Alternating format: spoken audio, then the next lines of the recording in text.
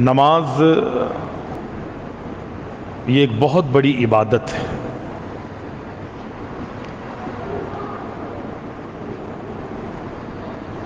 نماز ایک ایسی عبادت ہے کہ اس عبادت میں بہت ساری عبادتیں شامل ہیں۔ اللہ کا ذکر نماز میں ہے اور ذکر عبادت ہے۔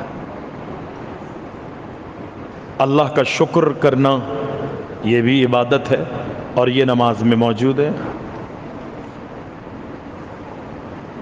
سجدہ، رکوع، قیام، یہ سب عبادت ہے، یہ عبادت کی ادائیں اور نماز میں یہ سب کی سب شامل ہے۔ ذکر، شکر، قیام، سجدہ، رکوع، جلسہ، قاعدہ، یہ عبادت کی ادائیں ہیں۔ اور اس کے علاوہ بھی اگر میں اور آپ غور کریں تو اس نماز کے اندر بہت ساری عبادتیں مزید ہیں۔ جب ہم یہ عبادت سے فارغ ہوتے ہیں، ہم تو یہ سمجھ رہے ہیں نا ہم نے جس کی عبادت کی ہے وہ بس اسی لائق تھا۔ نہیں، یہ میری اور آپ کی بھول ہے۔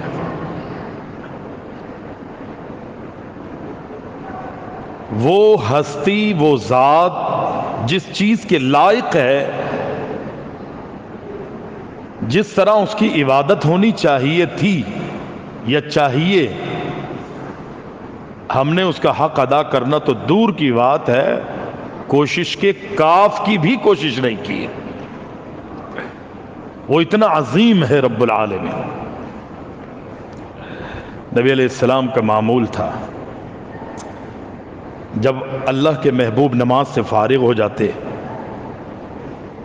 باوجود اس کے نماز ایک عبادت ہے اور اس عبادت میں کئی طرح کی عبادتیں شامل ہیں، لیکن نبی علیہ السلام سلام پھیرنے کے بعد اللہ اکبر کہہ کے استغفر اللہ، استغفر اللہ، استغفر اللہ، اللہ سے استغفار کیا کرتے تھے۔ کیوں؟ علماء نے بڑی اس کی وضاحت کی ہے۔ جیسے میں اور آپ قضاء حاجت کے لیے بیت الخلاء جاتے ہیں نا، نبی علیہ السلام کا معمول کیا تھا کہ آپ ہر وقت اللہ کے ذکر میں رہتے تھے، اللہ کی تعریف میں رہتے تھے۔ ایک موقع ایسا ہوتا تھا کہ اللہ کے ذکر سے اللہ کے نبی علیہ السلام دور رہتے، وہ وقت تھا کہ جب اللہ کے محبوب قضاء حاجت کے لیے بیت الخلاء تشریف لے جاتے، ورنہ نبی علیہ السلام خود بھی اور اپنی امت کو یہ تلقین فرماتے کہ ہر وقت اللہ کا ذکر کیا کرو، اللہ کی یاد میں رہا کرو، اللہ کی فکر میں رہا کرو۔ لیکن بیت الخلاء میں نبی نے منع کیا ہے، وہاں پر تو دنیا کی کوئی بات بھی نہیں کی جائے۔ اللہ کے نبی نے بیت الخلاء میں جب میں اور آپ داخل ہوں تو اللہ کے محبوب نے فرمایا کہ تم کوئی بھی بات نہیں کرو گے، وہاں ممانعت کر دی، پابندی لگا دی، جائے کہ بیت الخلاء میں اللہ کا ذکر کیا جائے، منع کیا اللہ کے رسول صلی اللہ علیہ وسلم۔ ہاں اتنا ضرور ہے کہ جب بیت الخلاء میں داخل ہو نا تو پھر تم بسم اللہ پڑھ کے جاؤ، اللہ کا نام لے کے جاؤ، اللہ کی مدد اور اس کی نصرت کا سوال کر کے جاؤ، یہ کہہ کے جاؤ کہ اللہم انی اعوذ بک من الخبث والخبائث۔ وہ جنات کا، شیاطین کا بسیرا ہے۔ جب تم یہ دعا پڑھ کے جاؤ گے تو اللہ ان موذی چیزوں سے تمہیں محفوظ رکھے گا، تم اپنے آپ کو اللہ کی امان میں دے کے اس جگہ پہ جاؤ۔ یہاں پر تم اللہ کا ذکر نہیں کر سکتے۔ لیکن جیسے ہی نبی علیہ السلام قضاء حاجت سے فارغ ہوتے تو نبی علیہ السلام اپنا الٹا قدم باہر، سیدھا پیر باہر نکالتے اور نبی علیہ السلام فرماتے غفرانک۔ عقل اس بات کو مانتی ہے کہ بیت الخلاء سے نکلنے کے بعد غفرانہ کا کہا جائے، اس کا معنی یہ ہے کہ اللہ میں تجھ سے معافی کا سوال کرتا ہوں۔ بیت الخلاء میں انسان گیا ہے، یہ تو سمجھ میں آ رہا ہے کہ انسان باہر نکل کے کہے الحمدللہ اللہ تو نے یہ تکلیف کو مجھ سے دور کر دیا ہے، میں تیرا شکر ادا کرتا ہوں، تیری تعریف کرتا ہوں، تیری ثنا بیان کرتا ہوں، یہ تو سمجھ میں آ رہا ہے۔ لیکن غفرانہ کا کیوں؟ اس لیے کہ نبی علیہ السلام کا معمول تھا کہ کائنات کے امام اپنی زندگی کے لمحے لمحے کو قیمتی بناتے ہوئے اس میں اللہ کا ذکر کیا کرتے تھے، کیونکہ بیت الخلاء میں اللہ کا ذکر نہیں کر سکے، محروم رہے۔ پیغمبر علیہ السلام باہر نکلتے کہتے اللہ یہ وقت جو میں تیرا ذکر نہ کر سکا میں اس کی معافی کا تجھ سے سوال کرتا ہوں، مجھے معاف کر دے۔ اور نبی علیہ السلام وہ ہستی ہے کہ نبی علیہ السلام کو رب نے معصوم عن خطا بنائے، نبی سے گناہ نہیں ہوتا۔ اگر کوئی غلطی کا چوک کا امکان بھی نظر آتا تھا، کائنات کے امام کی ہستی میں آسمان سے اللہ جبریل امین کو بھیج دیتا تھا، اے نبی یہ نہیں کرنا، یہ کام صحیح نہیں ہے، یہ آپ کی شایان شان نہیں ہے۔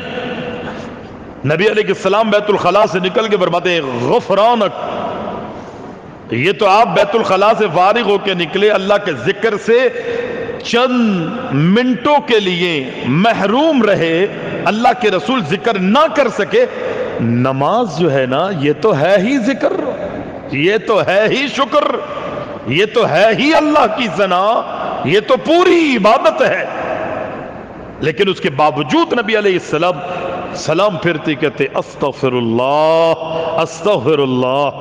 کیوں اللہ کے رسول علیہ السلام سلام پھیر کے استغفر اللہ کہتے؟ اس لیے اللہ جو ادائیں تیری شایان شان ہے ہم اس کو ادا نہ کر سکے، اللہ جو بھی ہم سے کمی رہی ہے میں اور میری امت کا ہر فرد جو ہے اپنے گناہ کی معافی کا تجھ سے سوال کرتے۔ اور پھر اللہ کے رسول علیہ السلام ایک دعا پڑھتے بھی تھے اور آپ امت کو تلقین بھی فرماتے تھے۔ نماز اس موقع پر یہ ذہن میں رکھیے گا، نماز عبادت ہے، اس کے اندر ذکر بھی ہے، شکر بھی ہے، سجدہ بھی ہے، رکوع بھی ہے، استغفار بھی ہے۔ یعنی وہ کون سی عبادت ہے جو اس کے اندر شامل نہ ہو؟ ساری عبادتیں اللہ کے رسول علیہ السلام کرنے کے بعد فرماتے استغفر اللہ، اللہ معافی مانگتا ہوں۔ اور پھر اللہ کے رسول علیہ السلام آگے جا کے ارشاد فرماتے ربی اعنی علی ذکرک۔ میں اور آپ اگر ایک وقت کی نماز پڑھ لیتے ہیں نا بہت بڑے اپنے آپ کو ترم خان سمجھتے ہیں۔ آپ پوچھئے جو 2-3 وقت یا پورے سال لوگ نماز کے لیے مسجد میں نہیں آتے، رمضان کے اندر وہ مسجدوں میں آتے ہیں، ان کی کیفیت دیکھا کریں۔ مسجد میں آنے کے بعد اتنا بڑا وہ اپنے آپ کو سمجھنے لگتا ہے کہ جیسے اس سے بڑا کوئی متقی اور مسلمان مومن ہے ہی نہیں۔ اتنا غرور، اتنا گھمنڈ، اتنا تکبر، پورے سال مسجد سے دور رہا، صرف رمضان میں آیا ہے، مؤذن صاحب کے سامنے آنکھوں میں آنکھیں ڈال کے بیٹھ جاتا ہے، امام صاحب کی وہ کھلے الفاظ میں کہوں کہ کیڑے نکال رہا ہوتا ہے، ایسے ہی ہے نا، کہنے دیجئے، ایسے ایسے فرش کے اوپر ایسے ہاتھ پھیرتا ہے کہ جی ارے ظالم یہ کام مؤذن اور امام کا ہی ہے، میرا اور آپ کا بھی تو ہے نا، میری اور آپ کی بھی تو ذمہ داری ہے۔ پورے سال آیا نہیں اور اتنا بڑا ترم خاں اپنے آپ کو پیش کر رہا ہے لوگوں کے سامنے، نہیں۔ نبی علیہ السلام کا معمول یہاں پر ربی اعنی علی ذکرک و شکرک و حسن عبادتی کا، اس میں مجھے اور آپ کو یہ بات سکھائی جا رہی ہے، سمجھائی جا رہی ہے، اگر کچھ وقت تو نے اللہ کے سامنے سجدہ کر لیا ہے، کچھ نمازیں پڑھ لی ہیں، کچھ اللہ کا ذکر اور اس کا شکر ادا کر لیا ہے، تو تیری زندگی اور تیرے معمولات میں متکبرانہ انداز قطعی نہیں ہونی چاہیے۔ سلام پھیرتی اللہ کے رسول علیہ السلام فرماتے ربی اعنی علی ذکرک، حالانکہ ذکر کر چکا ہے، اللہ میں تجھ سے اس بات کی اعانت کا سوال کرتا ہوں، تجھ سے تیری مدد مانگتا ہوں، اللہ تو میری اعانت فرما، تو میری مدد فرما، کس بات پہ کہ علی ذکر کا میں تیرا شکر، علی ذکر کا میں تیرا ذکر کرنے والا بن جاؤں، حالانکہ نماز میں ذکر کر چکا ہے۔ وشکرک، اللہ مجھے اس بات کی بھی مدد فرما کہ میں تیرا شکر کرنے والا بن جاؤں، حالانکہ نماز میں اللہ کا شکر ادا کر چکا ہے۔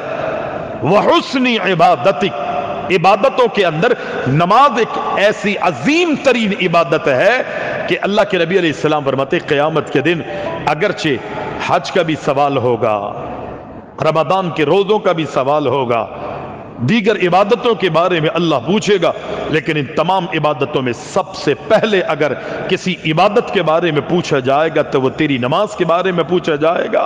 اللہ اکبر، اگر نمازیں ہیں تو دیگر عبادتوں کے بارے میں اوراق جو ہیں وہ پلٹے جائیں گے، نمازیں نہیں ہیں تو اس کو اوندھے منہ جہنم کے اندر پھینک دیا جائے گا، وہ عبادت سے فارغ ہوا ہے۔ لیکن اللہ کے رسول فرماتے نماز کے بعد اللہ سے یوں کہا کرو ربی اعنی علی ذکرک، اللہ اگرچہ میں تیرا ذکر کر چکا ہوں لیکن تجھ سے پھر سوال کرتا ہوں کہ مجھے ذکر کرنے کی توفیق عطا فرما، وشکرک، اگرچہ نماز میں تیرا شکر ادا کر چکا ہوں لیکن پھر بھی تجھ سے سوال کرتا ہوں کہ مجھے اپنا شکر ادا کرنے کی توفیق عطا فرما، وحسن عبادتک، میں تیری عبادتوں میں سے عظیم عبادت نماز ادا کر چکا ہوں لیکن پھر بھی تجھ سے یہ دعا مانگتا ہوں، التجا کرتا ہوں کہ اللہ مجھے اللہ اکبر بہترین انداز میں عبادت کرنے کی توفیق عطا فرما دے۔ گھمنڈ نہیں کریں، دوسرے کو اپنے سے نیچا نہیں سمجھیں، دوسروں کا درد اپنے دل میں رکھیں۔ اگر آپ نے کچھ وقت کی نمازیں ادا کر لی ہیں تو خدا کی قسم جو رب کی شان ہے نا، میں نے اس کے شایان شان عبادت نہیں کی ہے۔ نبی علیہ السلام سے پوچھا گیا نا کہ احسان بتائیے کسے کہتے ہیں؟ نبی علیہ السلام نے فرمایا جب تو اللہ کے سامنے کھڑا ہو تو یہ گمان کر کے تو اللہ کو دیکھ رہا ہے، اگر تیرا اتنا ایمان نہیں ہے تو تجھے اس بات پر یقین کرنا پڑے گا اللہ تو تجھے دیکھ رہا ہے، فرشتے بٹھائے جاتے دائیں بائیں۔ کیا میں نے صحیح معنوں میں عبادت کی ہے؟ نہیں کی۔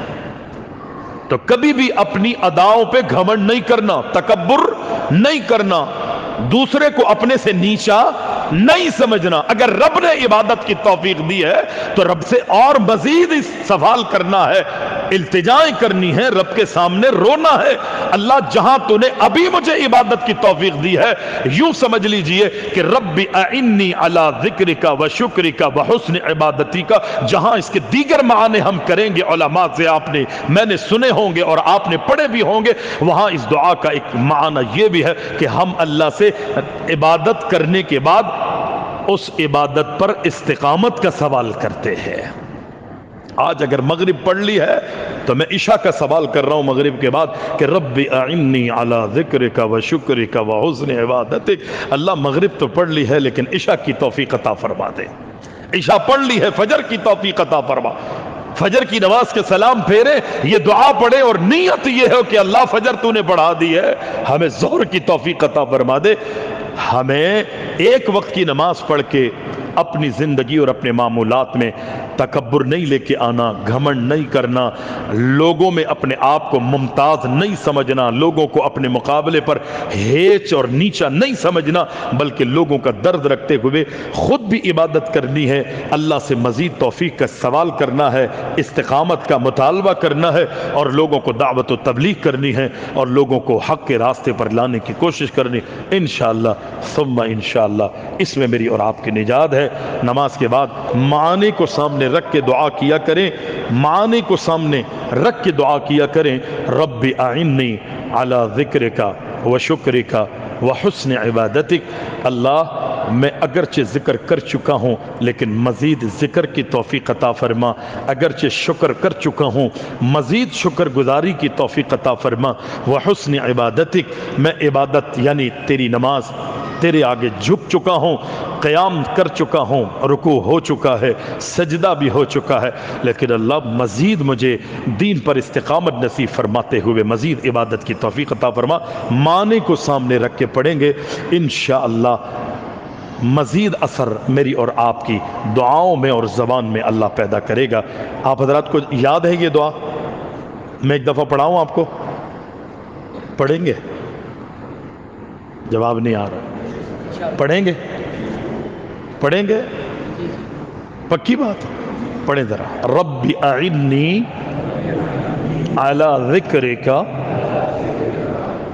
سمجھ میں آ رہی ہے؟ آسان الفاظ، رب اعنی علی ذکرک و شکرک و حسن عبادتک، چھوٹی سی دعا ہے، بڑی پیاری دعا ہے، یوں سمجھ لیجئے کہ یہ دعا یاد کر لی، اس کا معنی سمجھ لیا اور اللہ سے یہ توفیق مانگی، اور رب نے توفیق اگر مجھے دے دی، خدا کی قسم مرتے مرتے بھی زبان پہ اللہ کا کلمہ ہوگا انشاءاللہ۔ اللہ ہمیں توفیق عطا فرمائے، اللہ ہم سب سے راضی ہو جائے۔ اقول قولی ھذا استغفر اللہ لی ولکم ولسائر المسلمین۔ اس ویڈیو کو زیادہ سے زیادہ شیئر کیجیے اور ہمارے چینل سبحانی مسجد لیاری کو سبسکرائب کیجیے اور صدقہ جاریہ کے مستحق بنیے۔ جزاکم اللہ خیرا کثیرا فی الدنیا والآخرہ۔